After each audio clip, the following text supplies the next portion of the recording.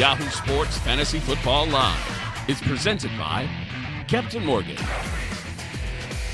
Ram Trucks, and by Lecvio in Clizerin.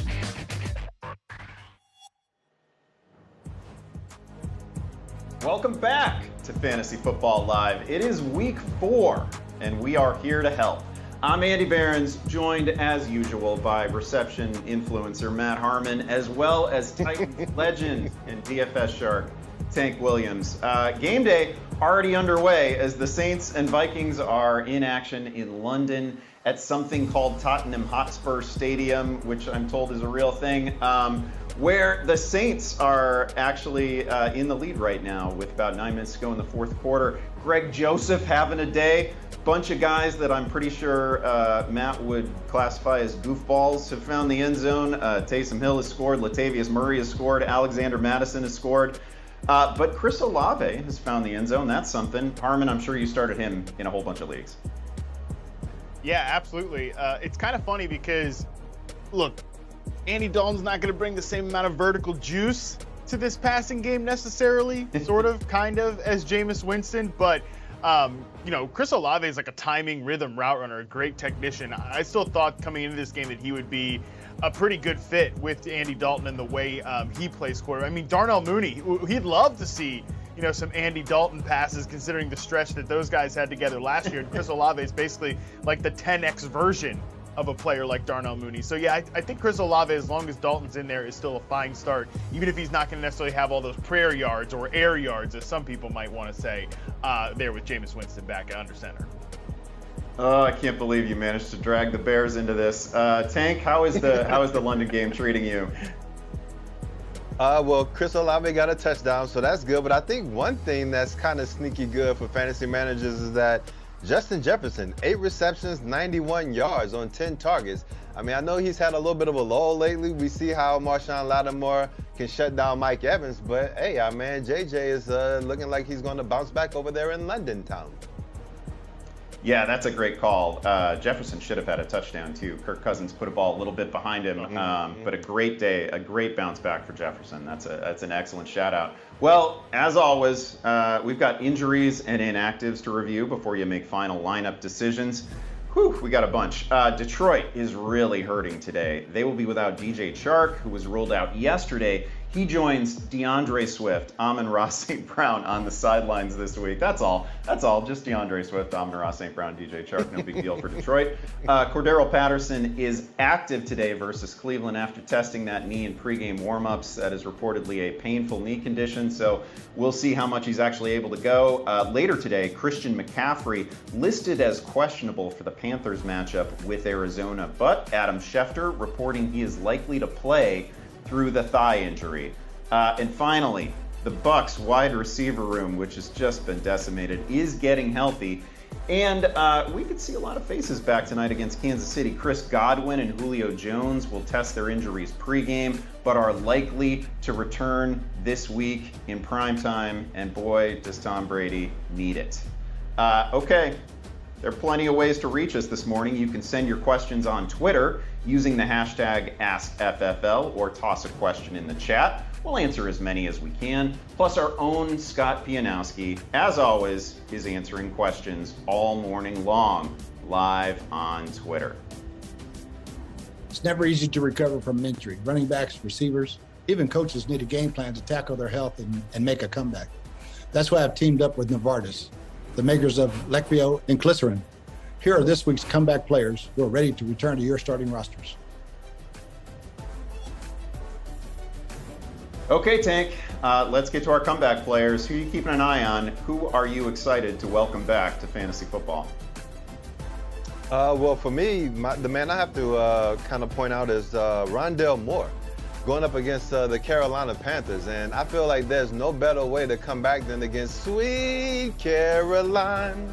Oh, my man Rondale Moore hasn't touched the field yet this year, but look at what Chris Olave did against those Panthers last week. 13 targets, 9 receptions, 147 yards. My man Greg Dortch has been torching folks out of the slot. I'm not sure if Rondale Moore is going to slide into the slot or go outside since A.J. Green is going to be out with a knee. But regardless, this should be a great matchup for both of those guys to eat. So I'm looking forward to Rondale Moore living up to those expectations that we had from him when he came out of Purdue. Yeah, it's a good call. The guy that I'm keeping an eye on this week, it's got to be Michael Gallup for me. This is a man who tore his ACL in January.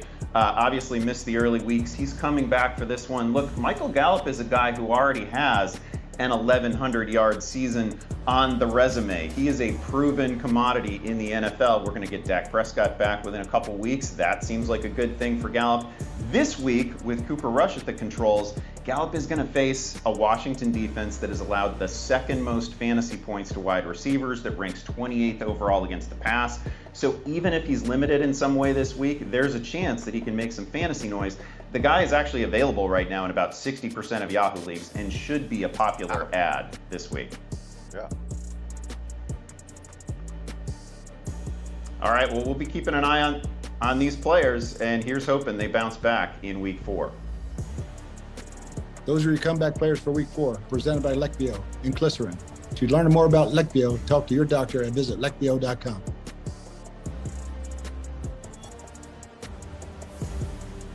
Man, let me tell you what, we were very, very lucky on this week's Eckler's Edge. Austin Eckler and I were joined by 2 awesome guests. Dodgers third baseman Justin Turner, also huge fantasy football player is Justin Turner. We also welcomed Giants running back Saquon Barkley, who pretty much is like the best second-round pick you possibly could have made this year. It was awesome to sit down with Saquon Barkley and for Austin Eckler and I to both tell him how hyped we were to see him back and healthy on the field. It's just all about getting your confidence back after having to battle with injuries in past years. Just being able to go through OTAs, be able to go through the whole off season, not really focus on rehabbing, more of just, you can focus on yourself, getting your body ready for the grind of the season, and then getting to camping and be able to practice. And, that's where it all starts. Practice, getting those practice reps, building that confidence so you can go out there and make plays. And not even right now, I don't feel like I'm in mid-season form. I can agree with this. Like, as the season goes, especially as a running back, to continue to gain your rhythm, continue to just build that chemistry with your O-line. Speaking of the grind of the season, practice, right, the repetitiveness, I am curious from a personal standpoint, just because, like, I have this, like, reputation out here with the Chargers, like, workout warrior, all this stuff. Like, what was your in-season workout routine? Like, how many days are you working out, like a week, stuff like that?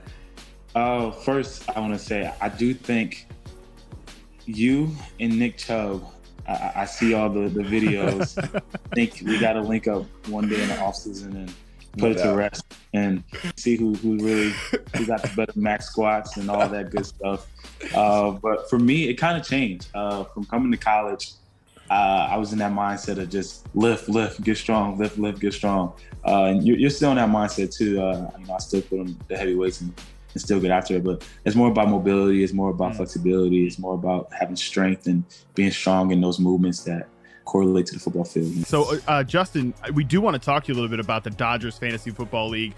How long has this thing been going on? How many teams are there? What's the format? And I do want to hear about your personal team as well. Yeah, so I've been in it for, 7 years now, 8 years now. PPR League, we have 12 teams.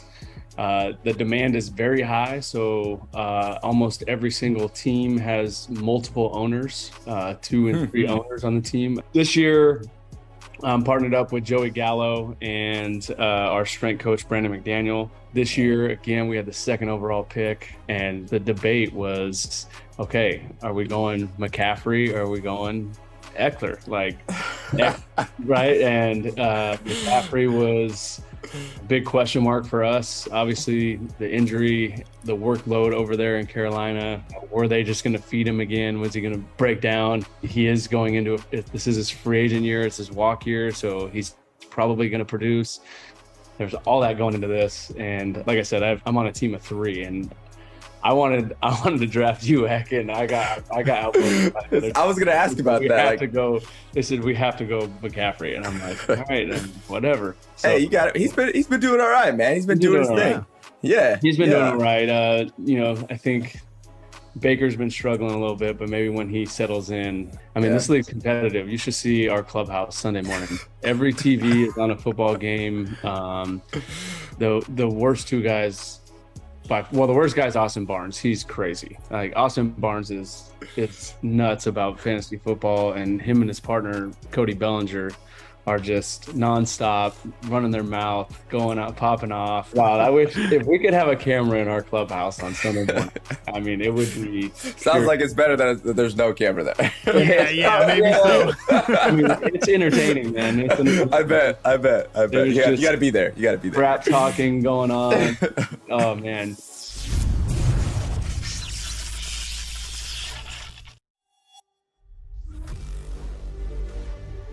No better way to come back than with a Justin Jefferson touchdown. He finally found the end zone. The Vikings have taken the lead. We are, of course, going to keep you updated throughout the show. But right now, it's time to bring the props. We each highlight a favorite prop bet and decide if we agree or disagree. Tank, what do you got for us? Well, I really believe in this prop, and I'm also going to suck up to the host of this podcast, so maybe I can hop on with he and Austin. So I'm going Austin Eckler over 101 combined rush and receiving yards for -115. He's going against that Houston defense that gives up the most rushing yards in the league. I feel like this is a must-win game for the Chargers, honestly. The team has been banged up. Herbert's still dealing with those ribs. They've had offensive linemen go out. They have Joe Bosa that's on the shelf right now for a little bit too. Again, no Keenan Allen, so I think that should bump up Eckler's targets in the short and intermediate pass game. So I feel like this is a really good spot, a really good bounce back spot for Austin Eckler. So over 101.5 combined rushing receiving yards. Oh, I love this one. Okay, Harmon, I'm going to challenge you to pick against your coworker here. Hey, let me tell you what, boys. I'm not trying to have another episode of this podcast, Eckler's Edge. Obviously, you just watched the video of it. Make sure you subscribe. Yahoo Fantasy Football Forecast. Every Wednesday, get the episode. I'm not trying to have another episode with me sitting there like, Austin felt like he didn't get enough touches last week. Where are the carries? Well, because it's getting weird, okay? I don't want to do that anymore, so I'm going to ride with Tank and take the over on this one as well. Hey, Brandon Staley, Joe Lombardi, let's wake up and get this season going here, all right? Yeah, I'm over here with Tank as well. All right, as you know, I don't like taking unders. That's really not my thing. But I'm going to do it here to differentiate myself a little bit, and because I will not have to face Austin Eckler next week, whether he does this or not. So give me the under. My line this week is going to be Khalil Herbert, and I'm going to take the over on 75.5 rushing yards. And this is, listen, I get it. It's a big total. But Khalil Herbert is coming off a 157-yard game with a couple of touchdowns. It was outstanding. He is facing a very user-friendly Giants defense. We know the Bears are going to keep it on the ground because, amazingly enough, Justin Fields is averaging 15 pass attempts per game.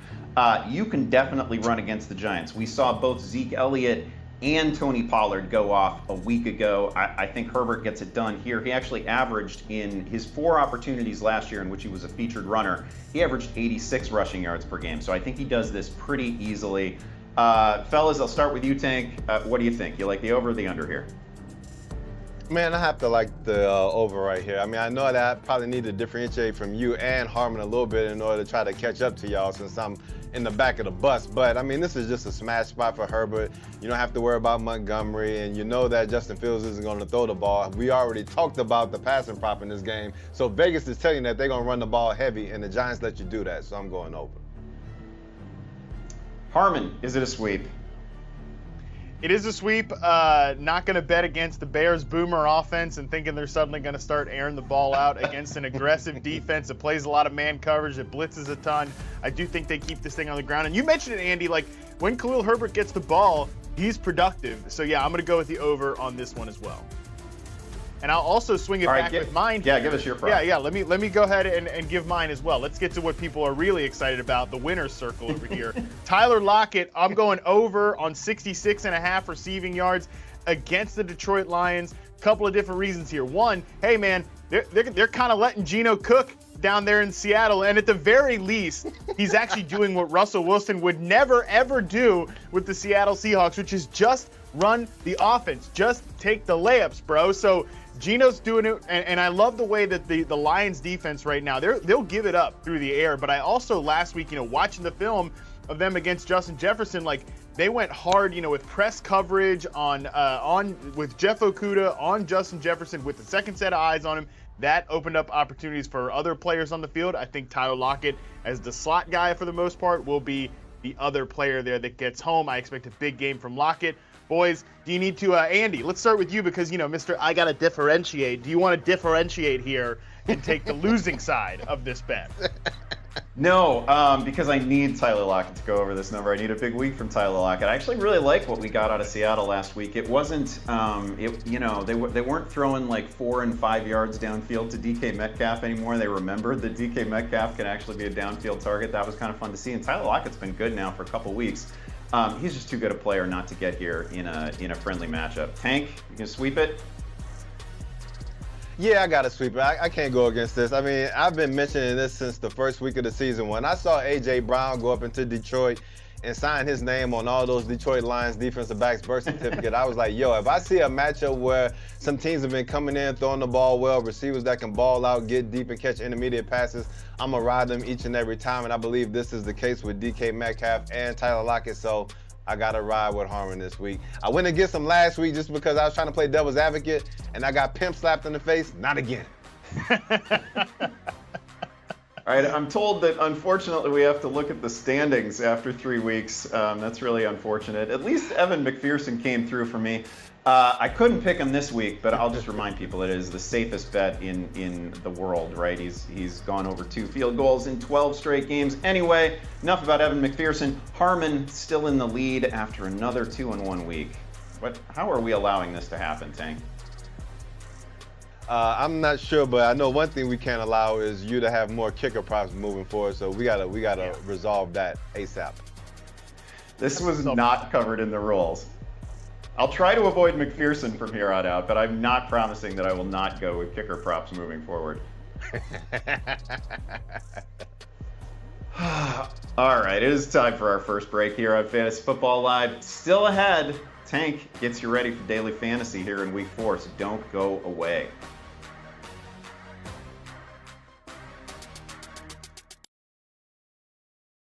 You want your sports news in more than just a few characters? With the help of a bunch of different characters? You play better than me, I respect this like you. He beat us, yes. I'm not a ball player. Prince had hops. Hosted by everyone's favorite character. Only time will tell if that's a lie or a big-ass lie. You're Calais Campbell's brother, so Calais got the most sacks that he has is on me. Give us 2 minutes and we'll give you The Rush. Weekday mornings on Yahoo Sports. Welcome to Mad Bets, everyone. I am Minty Beth alongside Jared Quay and Pam Maldonado. I'm Ariel Epstein. We've got a big Sunday night football game. It's time for some Monday night football. Jared, let's kick things off with you. What's your best bet this week? Oh, I love my bet with 5-star confidence. Ariel, you can call it a homer pick if you want. It's not. By the way, that probably will be in Prop Queen coming up on Sunday. I'm gonna be busting these babies out this weekend. Woo! You did that with your winning bets, huh? You've been on fire. That's what you're buying with your winnings? Oh man, I love it.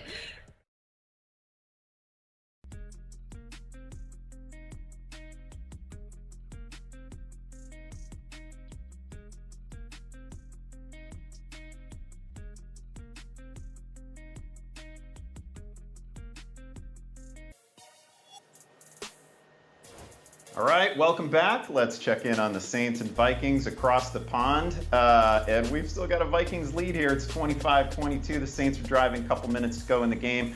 Justin Jefferson is going off. Latavius Murray, surprisingly enough, kind of sort of going off for the Saints. And Greg Joseph. It's been the Greg Joseph game for the Vikings, so that's fun. Let's transition now to perhaps a more entertaining game. I'm just guessing. We have another fantasy feast that involves the Buffalo Bills this week. They are the league's 3rd highest scoring team, and they are taking on its top scoring team, the Baltimore Ravens. Can't really have the MVP conversation without mentioning both Josh Allen and Lamar Jackson right now. These guys both rank top 4 in passer rating, and they are each top 7 in yards per carry. That is simply ridiculous. Matt, get us started. What interests you most about this game? I'll stick in the Baltimore passing game because obviously Lamar Jackson's been on fire, and really the biggest recipient of Lamar Jackson's heater right now is Mandrews. Mark Andrews is on fire right now. Our buddy Dalton asked me on the podcast this week, like if we redrafted today, where would Mark Andrews go? Like he would probably be like a top 10 pick. He's that good at tight end. Like all this talk about, Travis Kelce, sure, he's been fine. Like Kyle Pitts is a unicorn. Hey, Mark Andrews, might want to put the horn on his head. He's been a unicorn so far. Coming into this week, he was second behind only Chris Olave in air yards. He's a tight end. That's insane. What he's doing right now is unbelievable. So I can't wait to see how he matches up with some Bills secondary players, like the safeties especially are super banged up there. But also, let's get some more Rashad Bateman in our lives too. That's also key for me on many of my leagues. And I think with those two guys, like there's more than enough juice in this Baltimore passing game for Lamar Jackson to still get over on a defense that, while banged up, is still really good conceptually and still really communicates well in zone coverage. That is an interesting conversation on Mark Andrews. We probably would draft him almost exactly where we had Travis Kelce, right, a couple years ago. He's such a great way to differentiate at tight end. Tank, what are you focused on in this thing? Well, let's go to the other side of the ball. Let's go to the Buffalo offense. I think that the Buffalo Bills are coming into this game pissed off after losing the game down in Miami that they believe they should have won. And then when you have a pissed off Buffalo offense going into a game where you're going up against the worst pass defense in the league, that's a recipe for success. But at the same time, we have to make sure we mention the weather that's going to be going on in Baltimore right now. There's some remnants for Hurricane Ian. There's supposed to be some wind gusts in the high teens, maybe in the 20s, maybe a little bit above, so that could impact the passing game. If it wasn't for the weather, I would expect Josh Allen, Stephon Diggs, Gabe Davis, anybody that they throw out there to catch the ball from Josh Allen will blow up in this game, but we may have to temper our expectations in this one depending upon how the weather treats us. Yeah, listen, this is where I'm focused in this game. Baltimore's defense right now is allowing 353 passing yards per week. They have given up 300 plus to every passer they've faced so far. People remember the huge Tua comeback game. They have been so friendly. They're actually allowing almost 200 more yards per game through the air than Buffalo is. So I understand the conditions and I understand the worry about the weather here, but man, if it's playable at all, I don't understand how we don't get 400 yards from Josh Allen. He's $40 in DFS, which of course is a lot, but man, I feel like he could be worth every dollar in our DFS game. This should be really fun. But more on this game from our own Ariel Epstein a little bit later on in the show. Let's turn our attention now to the flex player pool with Frank Schwab from earlier this week. One late update here is that Zay Jones is inactive against the Eagles, bit of a surprise, but he can still be considered as a strong fantasy play rest of season. All right, joining me now is senior NFL writer for Yahoo Sports. It's Frank Schwab, the great Frank Schwab, and it's time for our Spice Takes with Captain Morgan. Each week, we'll look deep into the player pool to spice up your flex spots. These are guys that are less than 25% rostered. Frank, who you got first for this week? I didn't believe I'd be saying this season, but you want pieces of the Jacksonville offense, and Zay Jones is sitting out there on a lot of waiver wires. Look, Zay Jones has been a target hog week 1 and week 3. Week 2, not so much. That's why he's not picked up in all these leagues. But Zay Jones has caught Trevor Lawrence's eye. That offense is cooking right now. Whatever we saw from the Jaguars last year, forget about that. That doesn't even matter. That was Urban Meyer. The Doug Peterson Jaguars are doing very well right now on offense. Trevor Lawrence has taken that step. Christian Kirk's still the number one guy, but surprisingly enough, this Jaguars offense can support 2 receivers for fantasy. I'm picking up Zay Jones wherever I can. I think not only for this week, but he's going to be a good guy to have on your roster all season long.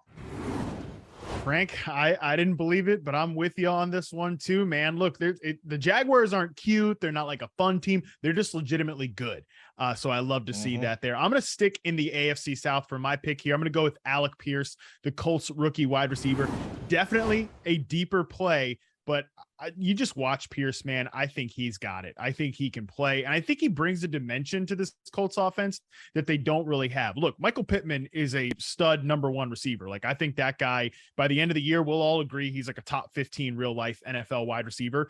But they need someone who can work on the boundary a little more, who can work in the deep game. And that was my big take from Alec Pierce in week 3, got back into the lineup, 14.2 air yards per target. That was first by a country mile on that roster. Now, he was behind Paris Campbell in routes run, so we do have to see a little more playing time from Alec Pierce, but at the same time, it's kind of like, we get it with the whole Paris Campbell thing. I think Pierce is just going to be better at a certain point, and it might start this week against the Titans defense that is certainly susceptible to the deep pass. Yeah, absolutely. You look back at the Titans this year, a huge game by Stephon Diggs, huge game by, let me check my notes here, Mac Hollins? Really, Titans? You're giving up? Yeah, so Alec Pierce is definitely in play. That narrow passing tree in Indianapolis, I like that a lot. I still got a lot of hope for the Colts this year, now that they're kind of out of their doldrums with that win against the Chiefs. For my last guy, I'm going to go back to an old sleeper, an old name, Laviska Shenault. He has changed teams. He's no longer the Jaguars player we're chasing. He's with the Carolina Panthers, and suddenly he showed up last week. Big kickoff return, big 67-yard touchdown, had another catch. He had 90 of their 170 receiving yards. Now, I'm not sure Shenault can do this every week. We've been disappointed by him before. It's not like the Panthers are going to support multiple receivers in that offense, but he is basically free right now. Everybody forgot Laviska Shenault was even in the league until he was running down the sideline with that touchdown. So you can go get him. There's no great third receiver with the Panthers right now. We know he does have the talent. He has that draft pedigree that we all chased a couple of years ago when he was with the Jaguars. He never quite broke out, but hey, maybe he's the next Cordarrelle Patterson. Perhaps the Panthers can use Laviska Shenault correctly, and we can get some value out of him. Those are 3 receivers you can get in your lineup here for week 4, and you could honestly just stash on your bench for the entire season. We at FFL and our partner, Captain Morgan Original Spiced Rum, are ready to give credit where credit's due through the 3rd annual NFL Fan of the Year contest presented by Captain Morgan. Do you know a fan who's spicing it up by bringing their all to every game day in their own cheeky way? Well, now through October 3rd, Captain Morgan and the NFL are on a mission to recognize extraordinary fans who rally others to spice up the game and give those deserving fans a chance to go to Super Bowl 57. Visit NFL.com/fan of the year to nominate yourself or someone you know today. And remember, great things happen when you spice it up.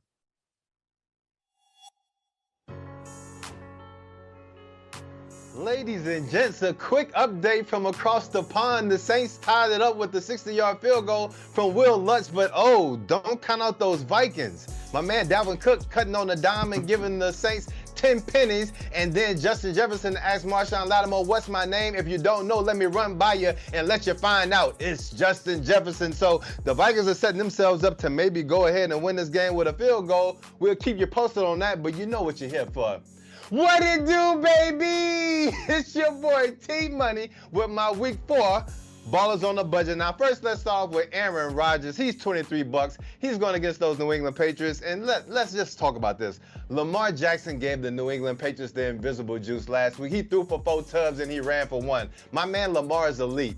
Aaron Rodgers is still elite, just in a different way. And his pass catches are starting to come on like Romeo Dobbs. Alan Lazard's getting healthy. I really like this as a great spot for my man Aaron Rodgers at only $26. This could be a little sneaky blowout spot for him. Now at running back, I'm going with who? Austin Eckler again. I'm going to just continue to talk this man up because he is the epitome of ball on the budget. This dude started off the season at $34. The coach refuses to give him the ball, and I guess you refuse to win games too because that's what's been happening to the Chargers, even though they've been banged up as well. You have the best matchup on the slate damn near against the Houston Texans because they give up the most rush yards in the league. Give this dude some carries. Give this dude some targets in the pass game so this dude can go ahead and fill our fantasy spot like he needs to and like how he's born to do. Let's rock out today with Austin Eckler, $23. Now at wide receiver, Noah Brown going against the Washington Commanders, $15. Now, a lot of people are going to talk about Michael Gallup. That's all good, but my man Noah Brown has been balling out. Andy already told you, the Washington Commanders give up the 2nd most fantasy points in the league. They're not going to put Gallup out there and just run him like he's just been playing the entire season. He's going to be on the pitch count, which means that with all the focus on CeeDee Lamb, Noah Brown's going to continue to see those one-on-one matchups. He's going to continue to eat. Make sure you sign him in your DFS lineup for only $15. And we're going to ride this lineup out with my man TJ Hockenson, $18, going against the Seattle Seahawks. Amon-Ra St. Brown is out. DeAndre Swift is out. DJ Chark is out. I mean, damn near the whole Lions offense is out. And you know what? It's about time for an Iowa tight end to ball out this year. I understand that George Kittle been banged up, but come on now. Y'all claim that y'all tight end. You show me something. This is your opportunity to go ahead and shine. And remember, the T is for the money, and the money is something that you will not have in your wallet if you do not get these guys in your lineup. And as I finish this out, the Minnesota Vikings have gone up 28-25 with 40 seconds left in the game. Oh, my bad, 24 seconds left in the game. How you love that? Over to my man, Rev. Oh, the Vikings got to 28 the hard way, didn't they? 5 field goals. You can still get in on the action in daily fantasy this morning on Yahoo. Our big $300,000 baller contest is open, and you can win cash prizes. First place takes home $50,000. Visit the Daily Fantasy Football Lobby and join in on the fun. Okay, Matt, it's time for our fantasy face-off ahead of week 4. Take one of the hottest pickups of the week and decide if we would start him over a bunch of similarly ranked players. This week, we're going with Romeo Doubs. He's coming off a 17-point fantasy performance for the Packers against Tampa. This is one of the buzziest names from the preseason, from the summer. It kept popping up like every day on your Twitter feed. You would read more about Romeo Doubs and Aaron Rodgers. And now he actually did it in a game, caught everything that came his way against Tampa last week. Now he gets New England. So let's talk about him against some Harmon favorites. Let's start with Allen Robinson, who, man, difficult matchup against San Francisco this week. Hasn't seen more than 5 targets in any game this season. But again, Doubs is a rookie who's only done it once. Do you go A-Rob or do you go Doubs here? Yeah, I actually think this is going to be the most difficult choice of the foursome that we have here because, look, I know that obviously it's been really slow with Allen Robinson for 2 of the 3 weeks. The Rams offense just doesn't look good overall. Their best play right now is getting Ben Skoranek, who has been a wide receiver his entire life, reps at fullback and running like sail routes out of the backfield. That's kind of absurd. That's very strange. So, I mean, this one's really tough. I don't know, Andy, what do you think? I'm struggling here with this one. I think I probably go with Doubs just because you can probably pencil him in for more targets. And I don't love the game environment for LA and San Francisco, 2 offenses who are kind of trying to find themselves against 2 pretty good defenses, especially Rams going against San Francisco. So I feel like I probably go Doubs, but again, I think this is the hardest choice of the 3 or of the 4. Yeah, I actually have this choice, and I'm going Doubs. Doubs may already be the #1 receiver for the Packers. I think that might have happened last week. Volume, obviously an issue for Robinson. Matchup, a bit of an issue for Robinson. So slightly into Doubs for me there. The next one we're going to talk about, this is tough, because now we're talking about this week's most popular ad versus basically last week's most popular ad. It's Garrett Wilson. And this is super complicated because he gets Zach Wilson back, and I don't know if that's good. Maybe it's good. It's probably good. He's a starter. Garrett Wilson's seen 25 targets over his last 2 games, so volume not an issue for him at all. He looks great. I would probably play him even with Zach Wilson over Doubs, but this is so close for me. What do you think?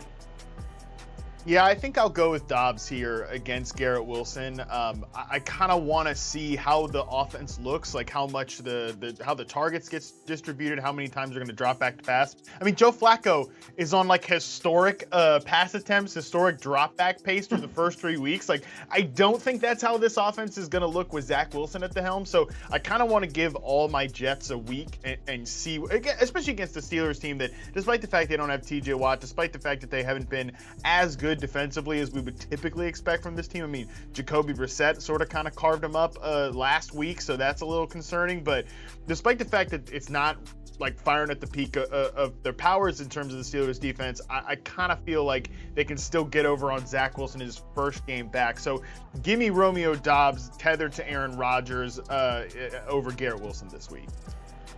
Yeah, that one is so close. This next one is a bit of a challenge. It's kind of fun. It's Romeo Doubs versus Allen Lazard. So we're picking between 2 Packers receivers here. I don't know that the offense is going to support 2 of them. Lazard has only caught 6 balls this year, but 2 of them have been for touchdowns, so that's great. Do you go Doubs here, which might be the volume play, or do you go Allen Lazard, who is probably the team's top red zone target?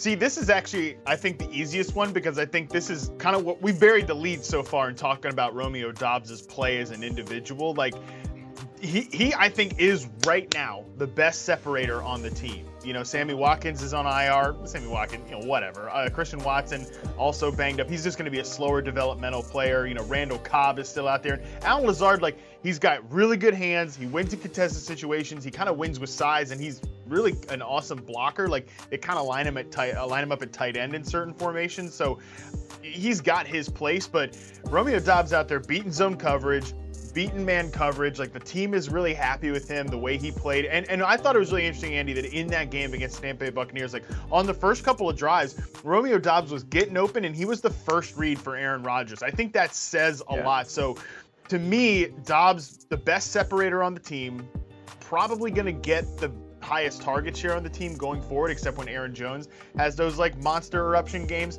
So give me Dobbs over Lazard this week, because I think you're just sort of banking on a touchdown with Lazard, and Dobbs, like you said, probably the better volume play at this point. Yeah, I think that's exactly right. I think Lazard is going to be pretty TD dependent moving forward, and Dobbs looks like the #1 for the Packers. Okay, last one here. Romeo Dobbs versus Jerry Jeudy. Jerry Jeudy got out so well in week 1, looked great.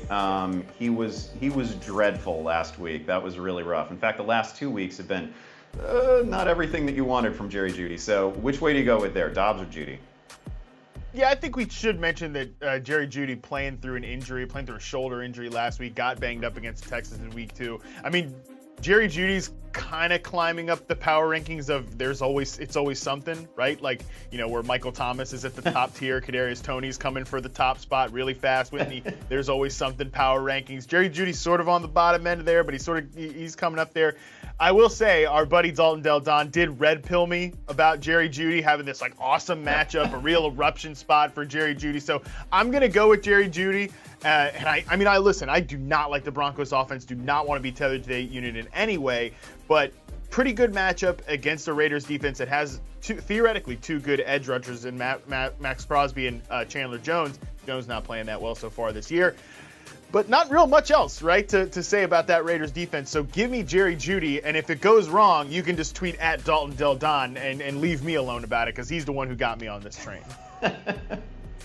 It's probably a good call. It's also probably like, man, we're in crisis here with Jerry Jeudy if he doesn't do something against the Raiders, I think. But I think I would lean that direction as well. We have a final between the Vikings and the Saints, by the way. The Vikings pull this thing out 28-25. Again, they got to 28 the hard way with 5 field goals from Greg Joseph. Bunch of dudes scored in this thing who you wouldn't expect would score in a normal week, including Latavius Murray and Taysom Hill. Justin Jefferson, the huge week here. That was a great bounce back. Nice to see. But now we're going to help the people. We're going to give the people exactly what they want, and we're going to take some questions from the folks. We're going to start with New Jack Hawk. New Jack Hawk is waffling between Drake London and Dameon Pierce. Wish we knew the format here. Says any suggestion. Matt Harmon, do you go with Drake London here? Yeah, I actually really like Dameon Pierce this week, but not more than Drake London, man. I mean, Drake London just looks like a stone-cold baller. I really like that matchup between the Falcons and the Browns from a fantasy perspective, you know, sneakily, despite the fact that it's like a Jacoby Brissett versus Marcus Mariota showdown. I think the way that both those defenses have been disappointing this year, Myles Garrett, obviously, you know, he's coming off a tough week. You know, Jadeveon Clowney's been banged up as well. So give me Drake London against a secondary, like I said, that's been disappointing, and all the target volume that he's getting from a quarterback in Marcus Mariota, who is winging it downfield a little bit. Yeah, I'm totally with you on that. The target volume for London has been super encouraging, especially considering the fact that he missed so much time in the preseason, right? Remember, he had that one catch, and then he was out for weeks, and then he came back, and all of a sudden it's double-digit targets for Mariota. So he looks fantastic. Next question here. I'm going to send this one to Tank, and it is from ECAS asking full PPR. Who do I use for flex? Oh, it's another Drake London question. Aaron Jones, Drake London, or Elijah Moore. Wow, congrats to Elijah Moore for working his way into this question. Tank, is there any way that you're pivoting away from Aaron Jones? Ah, man, that's a good point. I mean, because Aaron Jones really is Aaron Rodgers' favorite wide receiver, and I used Aaron Rodgers as my ball on the budget. So I think when you factor in Aaron Jones' usage in the pass game and it being PPR along with him maybe having a bounce back game since he was a little slow last week, I really like him going against the New England Patriots because a lot of times we get hung up on, oh, you're going against the New England Patriots.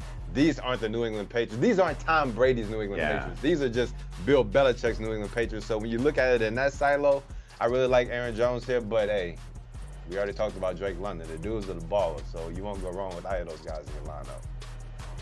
Yeah, it's a really good call. It's not exactly last year's version of the Patriots defense. All right, it's time for our next break here on Fantasy Football Live. Ariel Epstein joins us in the Sportsbook, so stick around when we come back.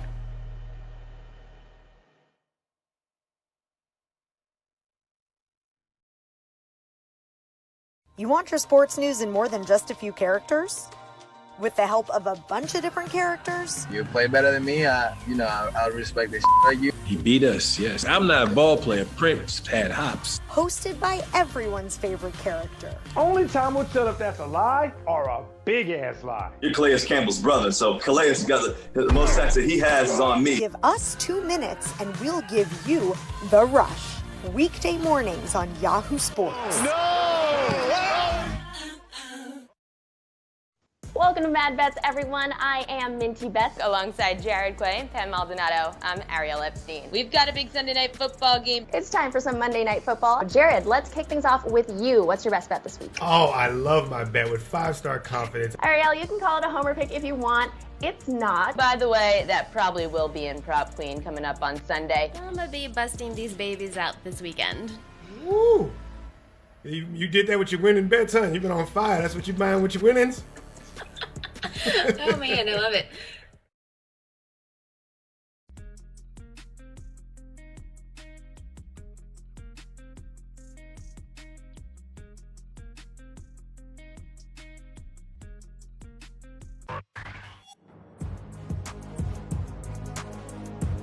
All right, we're back here on FFL, and it is time for our Built to Serve picks, brought to you by Ram Trucks. They're redefining what a truck can be and do every day with plenty of power, capability, and durability. Each week, we're picking players that align with these quality traits that can lead your fantasy lineup into a winning position.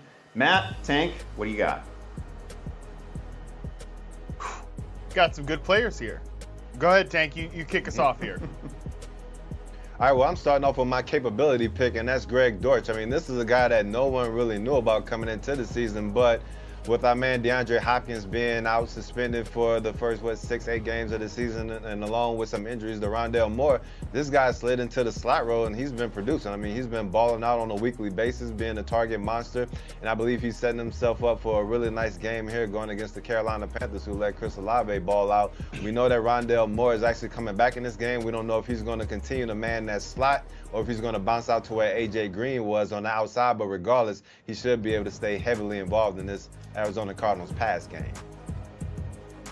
Yeah, the Cardinals are out like the shortest wide receiver core of all time. So I have no idea where any of those guys are going to line up. But I know the Panthers secondary will back on up and let them have any little short catches they want there. For my pick, the durability pick this week, I'm going with Khalil Herbert. We talked about him a little bit earlier, but listen, if you've got Khalil Herbert on your team, you're probably hard-pressed to find too many running backs that you're going to start him over because the guy is legitimately good. Again, we talked about this earlier. Andy pointed out that every time this guy's gotten an opportunity in the NFL, he has put up numbers. He has produced. So far this year, he leads all running backs in yards after contact per attempt. Like, the guy breaks tackles. He runs really well. He's not the same passing game player, not the same route runner or the same pass blocker that David Montgomery is, but who cares in this Bears offense?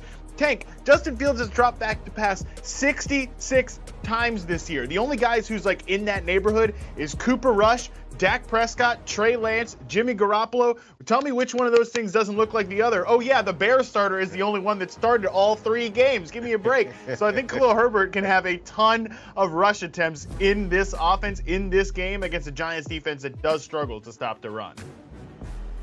Yeah, I hear you, dog. And for my power pick, I'm going with Jamal Williams.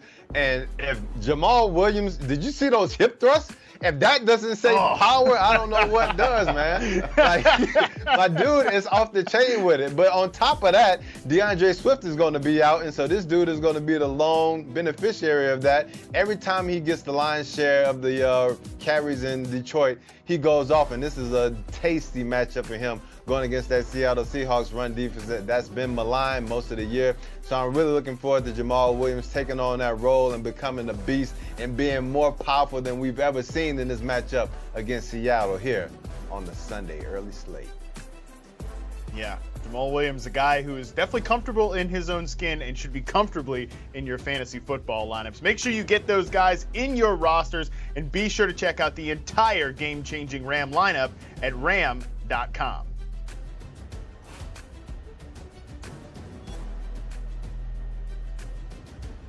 All right, welcome to the Sportsbook. I'm back here, and this time I'm joined by Ariel Epstein, which is plenty exciting. And Ariel, I know you didn't come here to take a bunch of unders.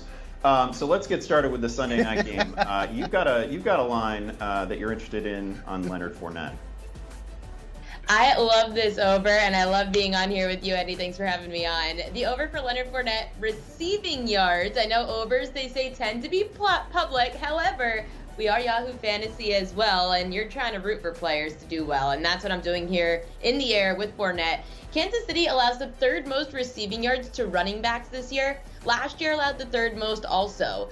Running backs this season against Kansas City, James Conner had 29 receiving yards, Austin Eckler 55 receiving yards. The Colts running backs combined between Nyheim Hines and Jonathan Taylor for 43 receiving yards. This is a number of 25.5 that Fournette went over in 10 of 14 regular season games last year. He's good for the short passes by Tom Brady, so give me that over of 25.5 receiving yards for the Bucs running back. Oh, I love it. I need it. I wouldn't mind a touchdown from Leonard Fournette. I know you're not making any promises about touchdowns, but I wouldn't mind it. I'm just saying. Give us another one for the Sunday night game. I love looking at total tackles props, especially in primetime games. This is my favorite linebacker in the NFL, whose name's not Patrick Queen, because, yes, I'm a Ravens fan, and they call me Prop Queen. However, on the other side, there's Devin White for Tampa Bay. Their linebacker always shows up in primetime. He's had at least 12 tackles in every game that he's faced the Chiefs in his career. Devin White was the linebacker that in the playoffs I always went to back because he just shows up in the big moment. His total tackle prop is at 6.5 in plus money on BetMGM. I really like this over for a plus money value at 6.5. I could see White having anywhere between 8 to 12 tackles today, total tackles. All right, that's 2 props, 2 overs. You love to see it. Let's look at the Monday night game. Talk to us about Deebo Samuel. The wide receiver for the 49ers, Deebo Samuel, has a great matchup with this Rams defense. That secondary has really struggled. They've been bottom 10 against the pass for the last couple of seasons. Samuel, in the last 2 years, has absolutely owned this Rams defense. On average, the last 2 seasons, Samuel is averaging 73 receiving yards and a longest catch of 39 yards. That's why the longest reception prop over 22.5, in addition to Deebo Samuel going over 56.5 receiving yards, is my favorite play for this 49ers and Rams game. You're going to see both these teams throwing the football. It's a divisional matchup that these two are going to be going neck and neck at. I just really like that the 49ers have a weapon like Samuel with now Jimmy Garoppolo at quarterback. He's the go-to guy. You even just saw it in the last game where Jimmy G started over Trey Lance. Obviously, Trey Lance out for the season. Deebo Samuel was basically irrelevant the first 2 weeks of the season. Then Jimmy G comes in, and oh, here comes Deebo Samuel again. I like it with the matchup with this divisional rivalry with the Rams. Over on receiving yards for Samuel, over on longest reception for Samuel as well. I did like some unders today, however, I just like these overs better. Yeah, nobody comes here to talk about unders. Give us a lock of the week. We talked about the Bills-Ravens game earlier in the show as a fantasy feast. You like the Ravens here, yeah? Ravens getting 3.5 at home. I have to take it every time with Lamar Jackson at quarterback fighting for a contract. Lamar Jackson has been an underdog at home twice in his career, once against the Patriots, once against the Chiefs. Jackson won both those games outright. Now he's getting to host this Bills team that has a secondary that's very banged up, 2 of their best defensive backs not playing. Lamar's been throwing the ball really well. He's looked good in the passing game. The thing that's really hurt the Ravens has been their secondary. It's now another week with their cornerback Marcus Peters back. Could see him challenging Josh Allen a bit in the air, maybe coming up with his first INT of the season. The secondary needs to get on the same page. I am worried about the way this game could go because I've seen the total dropping, went from 53.5 down to 50. The public's thinking this is going to be an over game, yet the total's dropping. Who's going to be the team that doesn't put up as many points as the sportsbook thinks? That's what scares me a bit. However, you could be getting the Bills overly valued. The Ravens offense has still looked good. Oh, and do not forget about the fact that J.K. Dobbins came back at running back last week and looked like he didn't miss a beat from that torn ACL. Oh, I love it. If you're right about these things, I'm having a big fantasy week, so I fully approve. Thank you, Ariel. New users at BetMGM can take advantage of a special offer this Sunday. Bet $10 on any game, yes, any game, and you win $200. Sign up today at betmgm.com/YahooVIP. All right, Tank, let's help the beautiful people out there with their flex decisions, a few messiest start-sit decisions with Make Your Pick here. Let's see what the people are asking. First one up.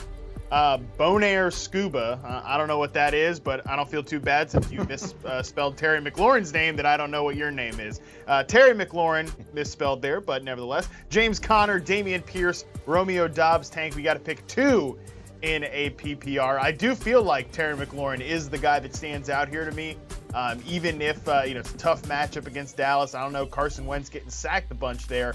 I feel like he does stand out as the most comfortable one here, but Tank, who are we picking here? We need 2 guys, and this is a pretty good-looking group. I mean, Scary Terry does stand out. The one thing that you worry about with Washington receivers is that they spread the ball around a lot to Dotson and to Samuel and those guys as well. I think I like Connor because, Vegas is favoring Arizona to win this game, even though it's only +1 right now. And when I think about Connor not having a touchdown, I believe in the past couple games, I think he maybe falls into the end zone. This one, I'm not expecting a lot of yardage production, but I think he does get in the end zone. And I probably feel, honestly, I think I like Romeo Doubs. I like Dobbs. I understand Damian Pierce has a great matchup. I feel like the Chargers are in must-win mode right now, and that maybe they limit Pierce a little bit. Dobbs is becoming Aaron Rodgers' #1 wide receiver. I already talked about how I think this is a sneaky good matchup for Aaron Rodgers. So I'm gonna just go with my gut and say James Conner, Romeo Doubs. It's not the sexiest picks, but I think this is the ones that are likely to pan out for you. See, I would have gone with Terry McLaurin and Damian Pierce, so that wasn't helpful at all. Let's try to help somebody else here. Next one up, we've got Carson. Says Curtis Samuel, Greg Dortch, Josh Reynolds, and DJ Moore. DJ Moore is in a question about Greg Dortch and Josh Reynolds, man. Hey, Tank, I'll tell you what. If DJ Moore doesn't get it done this week, we got to really be concerned, right? Against an Arizona Cardinals that ranked dead last in passing success rate allowed. Can you really trust DJ Moore? I don't know, but I'll tell you what, Tank, feels like it's a good time to be alive when Curtis Samuel is the one guy of these 4 that I'm like, oh yeah, Curtis Samuel, set it and forget it, baby. Like he's looking great. He's looking awesome. Big time role in this Washington offense. I'm thinking Curtis Samuel, we got to lock in here. And listen, I know the other 2 guys have good target projections theoretically, but can we really play them over DJ Moore this week, who we know is good at football? Also, did you see the clip of DJ Moore, having to respond to that rule, talking about whether he's open and stuff like that, too? So is that going to lead to him getting more targets and kind of promote the breakout game, or is this going to just bury him even more? I don't know what to predict out of that Carolina pass offense, and for me, this isn't DFS like a tourney play. This is like a cash game. So with the cash game, you want to go with something that's a little bit more dependable versus trying to throw a dart at something that you speculate to happen, whether it's this week or next week or something like that. So I think in that respect, I would go with Curtis Samuel and then with Josh Reynolds, just because I like the matchup against Seattle's defense, even though Greg Dortch, he's a really good player as well going against that Carolina secondary. Oh, what a time. All right, let's send it to Andy for some last-minute sleepers here before week 4. Okay, I got 2 sleepers for you, and I'm going double Joshes. We're going to keep this simple. We're going to start with Josh Reynolds of the Detroit Lions.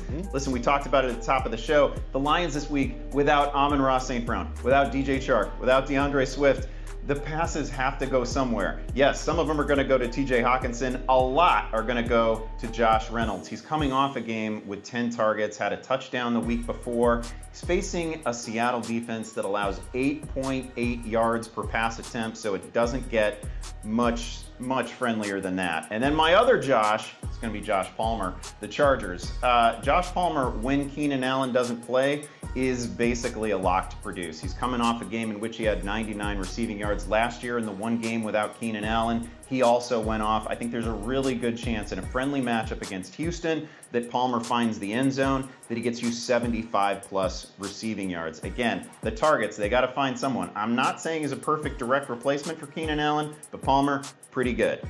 Okay, it's time for our final break now on Fantasy Football Live. We will get to more roster questions on the other side.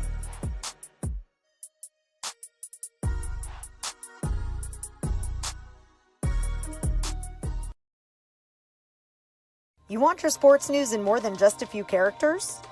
With the help of a bunch of different characters? You play better than me, I'll respect the shit out of you. He beat us, yes. I'm not a ball player. Prince had hops. Hosted by everyone's favorite character. Only time will tell if that's a lie or a big-ass lie. You're Calais Campbell's brother, so Calais got the most sacks that he has is on me. Give us 2 minutes and we'll give you The Rush.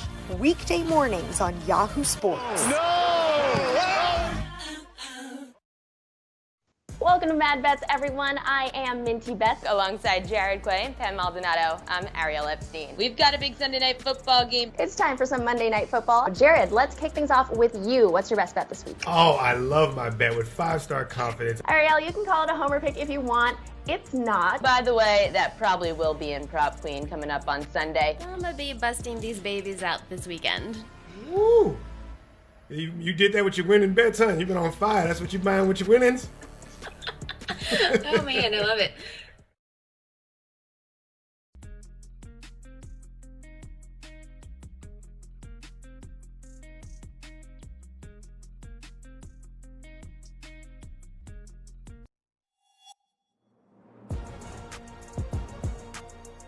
All right, just moments away from kickoff, so let's get to as many social media questions as we can. We're going to start with Jeremy Price. And these are fun names. It's PPR League. Jeremy's asking Isaiah McKenzie, Greg Dortch, a lot of Greg Dortch on this show, or Richie James of the Giants. Harmon, who are you going with here?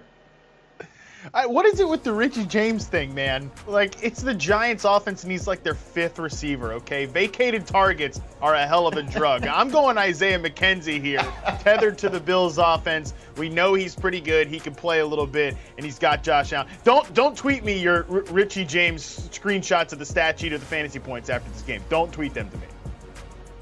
Oh, it's just been a steady stream of Greg Dortch disrespect from Harmon on this show all morning long. Next question here.